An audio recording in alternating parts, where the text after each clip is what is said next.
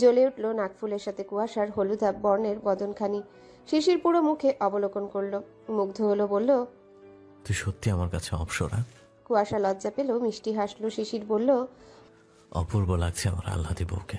বলেই নাকি পরিহিত নাকফুলটার উপর চুমু দিল। কুয়াশা আপ্লুত হয়ে গলা জড়িয়ে ধরল শিশিরের সামনে থেকে, ডান গালে চুমু দিয়ে বলল, ধন্যবাদ মিস্টার শিশির মালিথা। শিশির হাসলো, উত্তর করল, ওয়েলকাম মিসেস শিশির কুয়াশা মালিথা। অমায়িক হাসলো কুয়াশা। তার শিহরণ হয় যখন এই নামে ডাকে যে কেউ। শিশিরের সাথে জুড়িয়ে শিশির কুয়াশা, হায় কি সুন্দর লাগে শুনতে। গলা জড়িয়ে রেখেই বলল, দেনমোহরের টাকা থেকে কিছু টাকা তুলে দিও তো। কি করবি? আমার স্বামীর জন্য কিছু কিনবো, জানো তো তারও আজ জন্মদিন। সে সব সময় বলে তার লেজ ধরে দুনিয়ায় এসেছি, কিন্তু আফসোস জীবনেও তার লেজটা খুঁজে পেলাম না। আচ্ছা কোথায় লুকিয়ে রাখো বলো তো। শিশির ভ্রু মরু কুচকে তাকিয়ে আছে কুয়াশার দিকে। কি বলে এই মেয়ে? সে তো কথার কথা বলে, আর এই গোবর ঠাসাটা কি সত্যি খুঁজে বেড়ায়? কত বড় ফাজিল ভাবা যায়। বলল, এই ফাজিল, আমি তো কথার কথা বলি। কুয়াশা শরীর দুলিয়ে হেসে ফেলল। হাসতে হাসতে শিশিরের কাঁধের উপর কপাল ঠেকিয়ে দিল। গলা সে এখনো জড়িয়ে ধরে আছে। শিশির তার পাজি বউয়ের কারবারে মুচকি হাসলো। এই মেয়েটা তাকে হাসায়, শুধু বলল, লাগবে না গিফট। রাতে যে গিফট দিয়েছিস এতেই খুশি আমি। আজীবন এভাবেই সঙ্গী হয়ে রয়ে যাস। কুয়াশা মুখ তুলে তাকালো। শিশির মুচকি হাসলো। আবারও কোলের উপর উঠে বসলো সে। শিশির কম্বল তুলে ঢেকে নিল দুজনকে। সকাল 8টার দিকে কুয়াশা আজ একটু অন্যরকম ভাবে তৈরি হলো। শাড়ি পরলো আজ প্রথম বিয়ের পর বাড়িতে। সে কালো ব্লাউজের সাথে পুরো কালো একটা সুতির শাড়ি পরলো। এটা ইয়াসমিন দিয়েছিল, সে নিজের জন্য কিনতে গিয়ে এনেছিল। শাড়ির সাথে জাকিয়ার দেওয়া সে মোটা বালা জোড়া পরলো। হাতে সবসময় চিকন বালা থাকে, সেটা আজ খুলে রাখলো। গলায় সোনার চেন পরলো, ছোট্ট সেই দুল জোড়া পড়ল। চুলটা এখনো ভেজা হালকা, তবুও হাত খোপা করে ফেল। চোখে হালকা কাজল দিল, ব্যাস আর কিচ্ছু না। এতেই যেন চোখ ঝলসে যাবে, যাকে বলে সিম্পলের মাঝে গর্জিয়াস। কালো শাড়ির সাথে সোনার চকচকা গহনাগুলো হলুদাব শরীরের সাথে জলজল করতে লাগলো। পেছনে শিশির শুয়ে ফোন টিপছে, মিররে দেখলো তা। শিশির টুংটাং শব্দ পাচ্ছে কখন থেকে, কিন্তু ফোনে ব্যস্ত। কি মনে করে তাকালো কুয়াশার দিকে আর চমকে উঠল। এই শাড়ি কখন পরলো? কুয়াশা দরজা খুলে বেরিয়ে যেতে নিল, ডাকলো। এই, কুয়াশা পেছন ঘুরলো, আরো অবাক হলো। এ তো আসমানের পরী সেজেছে, ডাকলো। এদিকে আয়। কুয়াশা এগিয়ে গেল। শিশির অনেকটা সময় ধরে অবলোকন করলো একে একে। ঘোর লাগলো, নেশা জাগলো, নিজেকে সামলালো, বলল, এত সেজেছিস কেন? ইচ্ছে হলো তাই। কুয়াশা ভ্রু কুচকে বিরক্ত ঝরা স্বরে উত্তর করলো। শিশির উঠে বসে পড়ল, হাত ধরে টেনে বসা অবস্থায় কোমর জড়িয়ে ধরলো দুই হাতে। মাথা তুলে কুয়াশার দিকে তাকিয়ে বলল, কিন্তু আমার তো এখন তোর সাজ নষ্ট করতে ইচ্ছে করছে। কুয়াশা কথার মর্মার্থ বুঝে দিল চাপ্প শিশিরের বাহুতে। এরপর দুই হাতে চুল ধরে টেনে মাথা সমেত ঘুরিয়ে দিল। তৎক্ষণাৎ ছিটকে সরে এসে বলল, অসভ্য বুনল। বলেই ধেই ধেই করে ধূপধাপ পা ফেলে স্থান ত্যাগ করলো। শিশির হেসে দিল। আজ বড্ড সুখ সুখ লাগছে। অন্তরে নানান রঙের প্রজাপতিরা উঠছে, নিজেকে সুখী মনে হচ্ছে। সেই সুখের দীর্ঘ একটা শ্বাস ফেলল। জীবনের রং এভাবেই ছড়িয়ে ছিটিয়ে পড়ুক। মালিথা ভিলার সকলে ঘুম থেকে উঠে গেছে। শীতের দিন, তবুও আজ একটু জলদি উঠেছে। বাড়িতে মিলাদের আয়োজন করা হয়েছে, সেসবেরই তোড়জোড় চলছে। রান্নাবান্নার কাজ সহ প্যান্ডেল করা হচ্ছে বাহিরে। পাড়া প্রতিবেশী সহ আত্মীয় স্বজনরা আসবে। মসজিদের জামাতে লোকও ডাকা হবে, এছাড়া কিছু এতিমদেরও ডাকা হবে। অনেক সংখ্যক লোক হবে বিধায় প্যান্ডেলের আয়োজন। বসার ঘরে ছোটরা সকলে বসে আছে, নেই শুধু বৃষ্টি। এক শীতের মাঝে সে বাহিরে আসে না। কুয়াশা নামতে নামতে দেখলো রিজভিরা গল্প করছে, সাথে চা কফি নাস্তা। কুয়াশাকে নামতে দেখে সকলেই মুগ্ধ হয়ে গেল। কালো শাড়িতে মেয়েটাকে তো অপূর্ব লাগছে, সাথে নাকে হীরার নাকফুল দূর থেকে জলজল করছে, আর সাজাতে অপূর্ব লাগছে। শশী তা দেখে দৌড়ে কুয়াশাকে জড়িয়ে ধরলো, বলল, শুভ জন্মদিন বুবু, তোমাকে কি অপূর্ব লাগছে বলার মতো না। কুয়াশা অমায়িক হাসলো। সেও সৌজন্যে জড়িয়ে ধরে ধন্যবাদ দিল। হিম এসে বোনকে জন্মদিনের শুভেচ্ছা জানালো। একে একে রিজভি, স্মৃতি, ঈশা, মিহির সহ সবাই জানালো উপস্থিত। নিহার গিফট দিয়ে শুভেচ্ছা জানালো। তুষার, তুহিন শুভেচ্ছা জানালো। ইয়াসমিন জানিয়ে বৃষ্টিকে আনতে গেল। কুয়াশা সকলকে হাসি মুখে ধন্যবাদ জানিয়ে বসলো। কিছুক্ষণ পর জাকিয়া এলেন, বাটিতে পায়েস নিয়ে। 1 চামচ মুখে তুলে দিয়ে বললেন, শুভ জন্মদিন মা। আমার বৌমাটা কি দারুণ লাগছে শাড়িতে সেজে। নাকফুল আমার ছেলের পক্ষ থেকে গিফট বুঝি। হ্যাঁ, ওটাকেই সব শুভেচ্ছা জানাও। আর আমি তো বানের জলে ভেসে এসেছি। ওকে নিয়ে তোমাদের সবার আধিক্যে তার গেল না। কোনো ভালোবাসা নেই আমার এই বাড়িতে। শিশির নেমে আসতে আসতে কথাগুলো বলল। কুয়াশা জাকিয়ার কথার উত্তর করতে গিয়েও থেমে ঘুরে শিশিরের কথাগুলো শুনছিল। শিশির এক পলক দেখেও পাত্তা দিল না। সে গিয়ে রিজভির পাশে জায়গা ছিল, সেখানে বসে পড়ল। কুয়াশা বলল, হ্যাঁ, সে তো তোমারও যায়নি আমাকে নিয়ে হিংসা করা। হিংসুটে বুনো হলো একটা। কিরমির করতে করতে বলে মুখ ঝামটালো। শিশির কিছু বলতে যাবে নিহার ধমকে থামালো, বলল, আরে থাম তো, তোদের এই জন্মদিন নিয়ে পেঁচাল জীবনও যাবে না। এবার একটু থাম, এবারও করতে হবে। হ্যাঁ, করতে হবে, কোনো ছাড়াছাড়ি নেই। আমাদের ঝগড়ার পরম্পরা ধরে রাখতে হবে। শিশির কুয়াশা একসাথে বলে উঠল। এদিকে সকলে মাথা চাপড়ে বসে রইল। মানে ঝগড়ারও পরম্পরা ধরে রাখতে হবে? ওটারও কি বংশটংশ আছে নাকি? এ দুটোর কথা শুনে তো তাই মনে হচ্ছে। কুয়াশা মুখ বাঁকালো জোড়া কথা বলতে দেখে। শিশিরও পাত্তা দিল না। সে কফি ঢেলে নিয়ে খাওয়া ধরল। শশী শিশিরকে পেছন থেকে গিয়ে কাঁধের উপর হাত দিয়ে গলা জড়িয়ে ধরে বলল, শুভ জন্মদিন ভাইয়া। শিশির হাসলো অমায়িক। ঘুরে শশী মুখের উপর হাত রেখে ধন্যবাদ জানালো। একে একে হিমসহ সকলেই শিশিরকে শুভেচ্ছা জানালো। জাকিয়া উঠে ছেলের মুখে পায়েস তুলে দিয়ে বললেন, আমার ছেলে বানের চলে আসেনি, সে আমার মূল্যবান কোহিনূর। ভাগ্যিস আজকের দিনে সেই কোহিনূরকে আমি কোল জুড়ে পেয়েছিলাম। শিশির মুখ খুলে অমায়িক হাসলো। মাকে পাশে বসালো, কাঁধ জড়িয়ে ধরে বলল, ভাগ্যিস সেই কোহিনুরের হয়েই মালিকের পেটে এসেছিল, নয়তো হীরার মতো মা আমি কোথায় পেতাম। জাকিয়া হেসে দিলেন। মুচকি হাসলো শিশির। সকলেই হাসলো। শিশির মাকে জড়িয়ে ধরলো। আজমিরা আম্বিয়া এলেন। জাকিয়ার থেকে বাটি নিয়ে শিশিরের মুখে তুলে তুলে দিয়ে শুভেচ্ছা জানালো। এদিকে তা দেখে কুয়াশা ফুলে ঢোল হলো, ঢং করে বলল, কেউ আমাকে ভালোবাসে না, আমি কারো না। বলেই উঠে হাঁটা ধরল উপরে বড় চাচুর ঘরের উদ্দেশ্যে।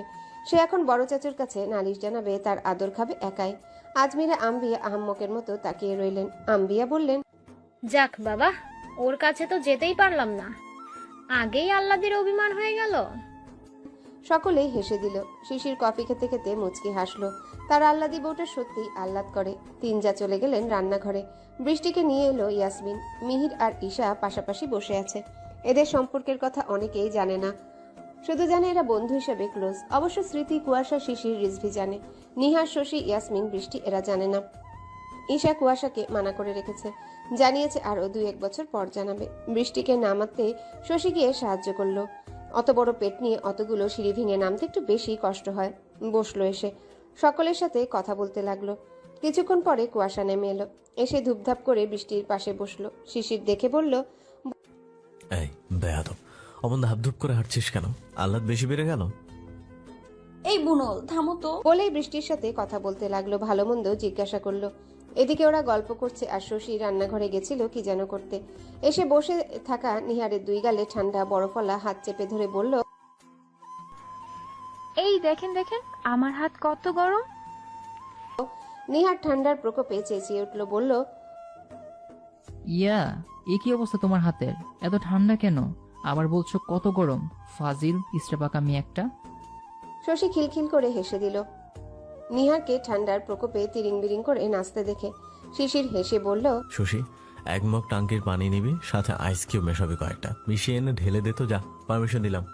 শিশিরের কথা শুনে সকলে হাসলো। শশী হেসে আনন্দে আটখানা হয়ে গদগদ হয়ে বলল, এই ভাইয়া, এইটা তো ভেবে দেখিনি, সেই বুদ্ধি দিলে তো এখনই যাচ্ছি।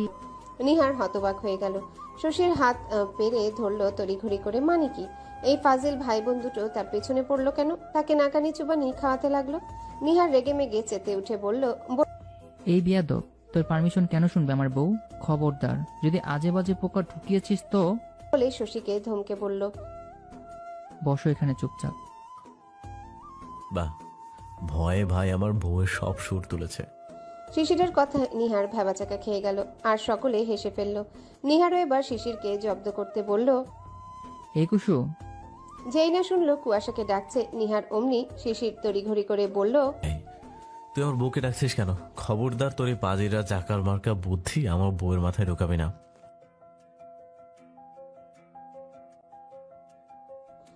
ল্যাও ঠালা। এরা একে অপরের বউ নিয়ে ঝগড়া শুরু করলো। সকলে বিনে পয়সায় লাইভ বিনোদন নিতে থাকলো। কুয়াশা ভ্রু কুচকালো, বলল, তোমার বউকে আমার ভাইকে তুমি একা পেয়ে নাকানি চুবানি খাওয়াবে, আমি চুপ করে দেখবো?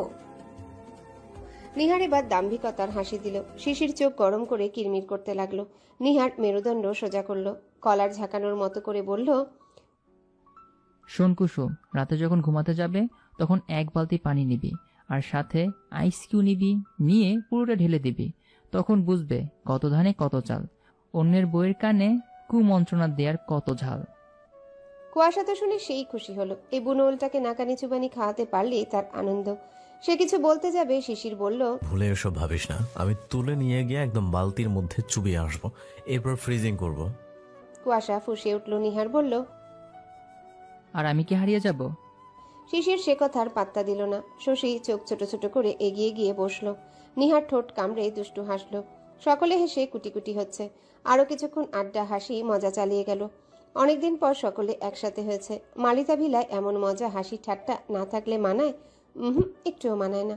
মালিতা ভিলা মানে একরাশ আনন্দ, হাসি, ঠাট্টা, খুশি, সর্বোপরি একরাশ প্রশান্তি।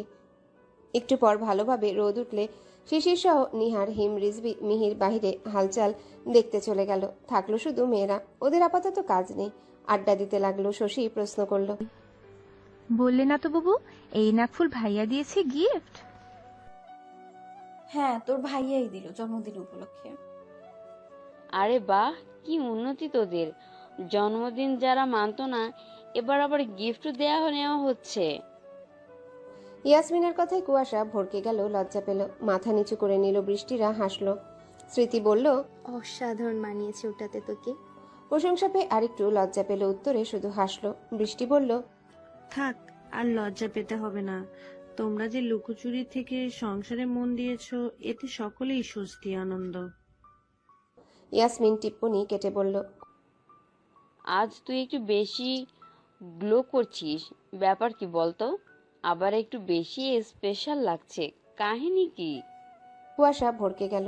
থতমত খেয়ে বলল, আজ আমার জন্মদিন, সাথে প্রথম স্বামীর থেকে গিফট আর উইশ পেয়েছি। আর সেই গিফট আমার নাকে শোভা পাচ্ছে, তো গ্লো করবো না? স্পেশাল তো লাগারই কথা। এসব কিছু তোমাদের দেবরের কামাল, বুঝেছো? ও আচ্ছা, তোমাদের দেবরকা কামাল। বৃষ্টি ইয়াসমিন একসাথে কথাটা সুর ধরে বলে উঠল। কুয়াশা আবারও ভরকালো, তবে বুদ্ধির সাথে উত্তর দিতে পেরে সেও চুপ থাকলো। স্মৃতি ঠোঁট টিপে হাসলো। কুয়াশা আর কিছু বলল না। এরা ডেঞ্জারাস পাবলিক, এদের সাথে বেশি কথা বলা যাবে না। লাগামহীন পাবলিক এক্কেবারে। এরপর টুকটাক গল্প করলো। সকাল 10টার দিকে জাকির মালিথাকে নিচে নামিয়ে আনা হলো। সকালের খাবার সকলে নিচে খেলেও জাকির মালিথাকে উপরে খাওয়ানো হয়েছে।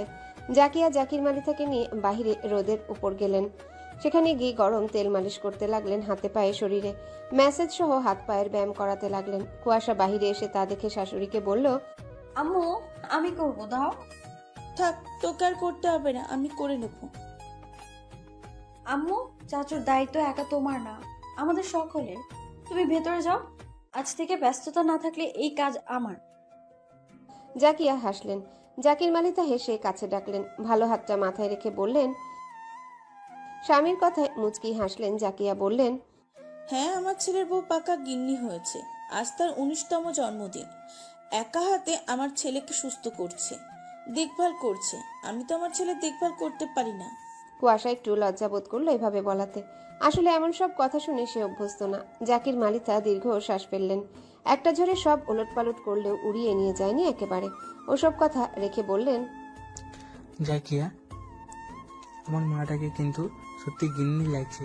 শাড়িতে কি সুন্দর মানিয়েছে দেখো। মেয়েটা আমার এত বড় কবে হলো? দেখতে দেখতে 18 বছর পূর্ণ হয়ে গেল। সেই দিনও কোলে করে নিয়ে ঘুরলাম মনে হচ্ছে। কুয়াশা লজ্জা পেয়ে গেল আবারও। শাড়ি পরেও বিপদে পড়ে গেল। সত্যি কি এতটাই সুন্দর লাগছে তাকে? জাকিয়া বললেন, হ্যাঁ, অপূর্ব লাগছে। কখনো পরে না, আজ পরেছে, এই জন্য আরো সুন্দর লাগছে। তেল মালিশ করতে করতে উত্তর করলেন। কুয়াশা শাড়ির আঁচল কোমরে গুজে বাটি থেকে তেল নিয়ে চাচ্চুর পায়ের কাছে বসে পড়ল। মালিশ সহ পায়ের ব্যায়াম করতে লাগলো। জাকিয়া কিছু আর বললেন না। জাকির মালিতা অমায়িক হাসলেন। এই দৃশ্য দূর থেকে শিশির দেখল। সে দেখে প্রশান্তিময় একটা শ্বাস টানল, সাথে হাসি। কি সুন্দর একটা দৃশ্য। বাড়ির সকলকে ছায়া দেয়া মানুষটা সবার মাঝে, এতেই সকলের আনন্দ, প্রশান্তি। দুপুরে নামাজ পর হুজুর ডাকা হলো। সকল আত্মীয়রা এসেছে। জিনিয়ারা সহ বৃষ্টির বাবা মা, জাকিয়ার ভাইরা সকলে এসেছে। আম্বিয়ার বোন আর বোন জামা এসেছে, অনিরা আসেনি। তারা এই বাড়িতে আর আসতে চায় না। অয়নও সেদিন শিশির কুয়াশার থেকে অমন কথা পেয়ে আর কথা তো বলেই না, আসতেও চায় না। যতই হোক সেটা পুরোটাই অপমান ছিল। সে তো আর জেনেছিল না যে শিশির কুয়াশার বিয়ে হয়েছে। সেদিনের করা ব্যবহারটা একটু বেশি হয়ে গেছে। যদিও গায়ে পড়া টাইপ ছিল বলে শিশির কুয়াশা কেউই পছন্দ করতো না, কিন্তু এখন সেদিনের করা কাজটাতে নিজেরা ভুল বুঝতে পেরে লজ্জিত বোধ করে। আর দুজনে যখন ওদের না আসা নিয়ে শুনলো তখন বুঝলো বিষয়টা। ভাবলো এটা নিয়ে সময় করে কথা বলে নিতে হবে। দুপুর 3টার সময় সকল মেহমানদের খাওয়া দাওয়া হলো। মিলাদ পড়ানো হয়ে গেছে। আত্মীয়রা জাকির মালিথাকে দেখে দোয়া করে ভালো মন্দ কথা বলল। কিছুক্ষণ থেকে সন্ধ্যার আগে অনেকেই চলে গেল। স্মৃতি রিজভিরাও চলে গেছে। শশীরা আজ থাকবে, আগামীকাল যাবে। মিহির থাকছে বলে ঈশা রয়ে গেল। রাত 10টার দিকে কুয়াশা ঘরে এলো। শীতের রাত 10টা মানেই অতিরিক্ত বেশিক্ষণ জেগে থাকা দায়। এখন তার অধিকাংশ জিনিসই শিশিরের ঘরে থাকে। শুধু পড়াশোনাটা সে নিজের ঘরে করে। বইপত্র সব সেখানে। এসে দেখলো শিশির কম্বলের নিচে বসে কি যেন লিখছে, হয়তো কিছু নোট করছে।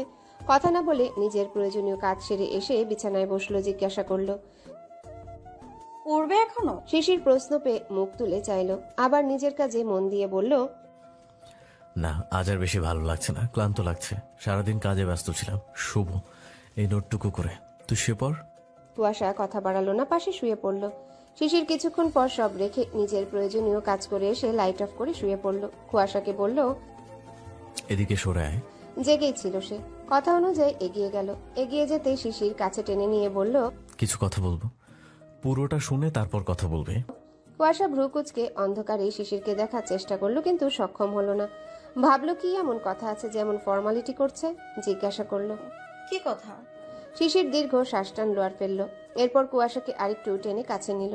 কুয়াশা প্রশ্ন ছাড়া নির্বিকার থাকলো। শিশির বলল, এই মাস থেকে আমার পরীক্ষা, জানিস তো? হ্যাঁ, 7 তারিখ থেকে। আর শেষ হবে এই ফেব্রুয়ারির শেষের দিকে, অর্থাৎ প্রায় 2 মাস ধরে হবে। কুয়াশা শিশিরের কথা ইতিবাচক ইঙ্গিত দিল, বলল, হ্যাঁ তো। শিশির কুয়াশাকে দেখার চেষ্টা করলো, কিন্তু সেও সক্ষম হলো না। তবুও কুয়াশা মুখের সামনে মুখ নিয়ে বলল, পরীক্ষা দেবার 1 মাসের মধ্যে ঢাকায় চলে যাব। সেখানে 2 বছর কিংবা একটু বেশি সময় থাকতে হবে, আবার কমও লাগতে পারে। শোনামাত্র কুয়াশার বুকের মাঝে ধুক করে উঠল। কি বলে 2 বছর? কেন, মানে 2 বছর বাড়িতেই আসবে না? কুয়াশা বিস্মিত হয়ে প্রশ্ন করলো, 2 বছর কেন? আর 2 বছর লাগবে সেটা ঠিক আছে, এতে এইভাবে বলার কি আছে? শুনে শিশির স্মিত হাসলো। তা মলিন বলল, থাকতে পারবে 2 বছর আমাকে ছাড়া? এবার কুয়াশা চমকে উঠল। ধরফড়িয়ে উঠে বসলো। শিশিরও উঠল, উঠে 0 লাইট জ্বালালো। কুয়াশার দিকে তাকালো, মুচকি হাসলো। তারও তো একই সমস্যা। এই মেয়েকে ছাড়া একটা রাত পার করতে পারবে না, সেখানে এতগুলো দিন কি করে কাটাবে? যদিও 2 বছরও লাগতে পারে, আবার কমও লাগতে পারে, কিংবা বেশিও লাগতে পারে। আবার তার আসারও সুযোগ থাকবে অনেক, কিন্তু সে আসবে না, কারণ বারবার আসলে আর থাকতে পারবে না। একেবারে পড়াশোনা সব সম্পূর্ণ করেই ফিরবে। এই মেয়েটাকে ছাড়া তারও আর রাত দিন কাটে না। এছাড়া কখনো 2 দিনের জন্য না দেখে থাকেও নি। কুয়াশা প্রশ্ন করলো, তো তুমি কি বলতে চাইছো? 2 বছর আমি বাড়িতে আসতেও পারে কিনা জানি না, অতিরিক্ত চাপ থাকবে। এরপর যদি আসার সুযোগ পাই তো আসবো। কুয়াশা এবার ফুপিয়ে উঠল। শিশির যা ভেবেছিল তাই। এই আল্লাহ দিও তাকে ছাড়া থাকতে পারবে না। থেকেছে নাকি কখনো? নাকি সে সেই সুযোগ দিয়েছে? কুয়াশার বাহু ধরে টেনে নিয়ে আবারও শুয়ে পড়ল। লাইট জ্বালানো বন্ধ করলো। ভালো করে কম্বল টেনে জড়িয়ে নিল বউকে। বুকে মুখ গুজে ফুপিয়ে চলল বউ তার। বলল, খিদেই যাবি নাকি আমার কথাও শুনবি? কুয়াশা ফুপালো আরো কিছুক্ষণ। শিশির কিছু বলল না। বুক থেকে মুখ তুলে নিয়ে চোখ মুছিয়ে দিল। বলল, চুপ, কিচ্ছু করার নেই, যেতেই হবে আমাকে আমার স্বপ্ন পূরণের জন্য। কিছু পেতে গেলে একটু স্যাক্রিফাইস করতেই হয়, আমাকেও করতে হবে। তোকে কখনো একটানা 2 দিন না দেখে থাকেনি। ছোট থেকেই চোখের সামনে হাজার মারামারি করলেও কেউ কখনো মুখ ঘুরিয়ে একদিনের জন্য একে অপরকে না দেখে থাকেনি। সেখানে একটু কষ্ট হবে, তবে সেটাকে মানিয়ে নিতে হবে। আমি আসার চেষ্টা করব, তবে 2 বছরের চাপ থাকবে। LLM ভর্তি হতে হতে ক্লাস শুরু হয়ে যায়। কুয়াশা শুনে আবারও ফুপিয়ে উঠল। কথা তো ঠিক, একসাথে থাকলে মায়া ভালোবাসা কতটা বাড়ে। আর সেখানে তারা এখন স্বামী স্ত্রী, কি করে থাকবে একে অপরকে ছাড়া? ভালোবাসার মানুষটা দূরে গেলে কতটা কষ্ট হয়। যেখানে মন চায় সারাক্ষণ ভালোবাসার মানুষটির সঙ্গতে থাকতে, ক্ষণিকের জন্য দূরে গেলে বুকটা খাখা করে। সেখানে একের পর একটা দিন, একের পর একটা রাত কি করে কাটাবে? বিয়ের পর যে মেয়েটা একটা রাতের জন্য একা রাত কাটায়নি, সে কি করে থাকবে? শিশির বলল, চুপ, এখন আছি কয়েক মাস, এখন আমার কথাগুলো শোন। কুয়াশা ফুপানি কমালো। তবে উত্তর করল না। শিশির বুঝে বলা ধরল, ভেবেছিলাম এলএলবি করে ইন্টার্নশিপ সহ বিসিএস দেবো, কিন্তু সেটা এখন করবো না। আমি এলএলএম কোর্সও করবো আগে। এলএলবি শেষ করেই ঢাকায় কোনো আইন অনুষদে বিশ্ববিদ্যালয় থেকে এলএলএম কোর্স করব। তারপর বিসিএস এর পরীক্ষা সহ আমাকে বার কাউন্সিলের সনদ গ্রহণ করতে হবে, সেটার জন্য পরীক্ষা দিতে হবে। বার কাউন্সিলের সনদ প্রাপ্তের জন্য আমাকে আবেদন করতে হবে। কুয়াশা কথাগুলো জানে, তবে আরেকটু ভালো করে বুঝতে কথার মাঝেই প্রশ্ন করল, এইসব শুনেছি, আমি এখনো এগুলো নিয়ে মাথা ঘামাইনি। ইন্টারের পড়াশোনায় ফোকাস করে যাচ্ছি, আর পরীক্ষা শেষ হলে এসব নিয়ে ঘাটবো। তবে এখন আমাকে একটু ভেঙে বলো তো তুমি। শিশির কুয়াশার প্রশ্ন পেয়ে বলা ধরল, বাংলাদেশের অ্যাডভোকেট হতে হলে যে কোনো সরকারি বেসরকারি জাতীয় শিক্ষা প্রতিষ্ঠান থেকে আইন অনুষদে ভর্তি হতে হবে। এইচএসসির পরে হতে হবে, চাইলে আলাদাভাবে অনার্স করার পরেও আইন নিয়ে পড়ার সুযোগ আছে, সেটার ক্ষেত্র আলাদা। তোকে এইচএসসির পরেরটা বলি। তো এইচএসসি দিয়ে যদি বিশ্ববিদ্যালয় থেকে আইন পড়তে হয়, আগে ভর্তি পরীক্ষা উত্তীর্ণ হতে হবে। ভর্তির পর এলএলবি অর্থাৎ 4 বছর অনার্স কোর্স, চাইলে এলএলএম 1 বছর মাস্টার্স কোর্স করতে পারবি, পরেও করা যায়। এরপর স্নাতক অথবা স্নাতকোত্তর ডিগ্রির পর তোকে সনদ গ্রহণ করতে হবে, তার জন্য পরীক্ষা দিতে হয়। সনদ হচ্ছে বাংলাদেশ বার কাউন্সিলের সনদ, সেখানে আবেদন করতে হবে। আবেদনের পর 6 মাস প্র্যাকটিস করতে হবে। সেটা করতে হলে কোনো সিনিয়র অ্যাডভোকেট যিনি কমপক্ষে 10 বছর নিয়মিত ওকালতি করেছেন এমন অ্যাডভোকেটের সাথে চুক্তি করতে হবে। সনদপ্রাপ্ত হতে গেলে বাংলাদেশ বার কাউন্সিলের অনুকূলে নির্ধারিত ফির ব্যাংক ড্রাফট বা পে অর্ডার প্রেরণের রসিদ, চুক্তিপত্র, এফিডেভিট ও ব্যাংক ড্রাফট বা পে অর্ডার প্রেরণের রসিদ বাংলাদেশ বার কাউন্সিলের সেক্রেটারি বরাবর পাঠানো লাগে। 6 মাসের প্র্যাকটিসিং শেষ করে কেস রিপোর্ট সাবমিশন করে বার কাউন্সিল পরীক্ষার জন্য ডাকে। সেখানে পরীক্ষা দিয়ে বাংলাদেশ বার কাউন্সিল পরীক্ষা উত্তীর্ণ হতে হয়। বাংলাদেশ বার কাউন্সিলে সনদপ্রাপ্ত হলে অ্যাডভোকেট হিসেবে পেশা জীবন শুরু। তখন থেকে নিম্ন আদালতে কাজ করা যায়। সেখানে 2 বছর কাজ করে হাইকোর্ট বিভাগে আইনজীবী হিসেবে সনদ দেওয়ার যোগ্যতা হবে। সেখানে যোগ্যতা পেলে আবার 1 বছরের জন্য সিনিয়র অ্যাডভোকেটের সাথে প্র্যাকটিস করতে হবে। এরপর আবার বার কাউন্সিলের সনদ গ্রহণ করতে হয়, আর সর্বোচ্চ কোর্ট সুপ্রিম কোর্টে আপিল বিভাগে প্র্যাকটিস করতে হয়। তোর যদি হাইকোর্ট বিভাগে প্র্যাকটিসের বয়স 5 বছর হয় এবং হাইকোর্টের বিচারপতিরা যদি এই মর্মের স্বীকৃতি দেন যে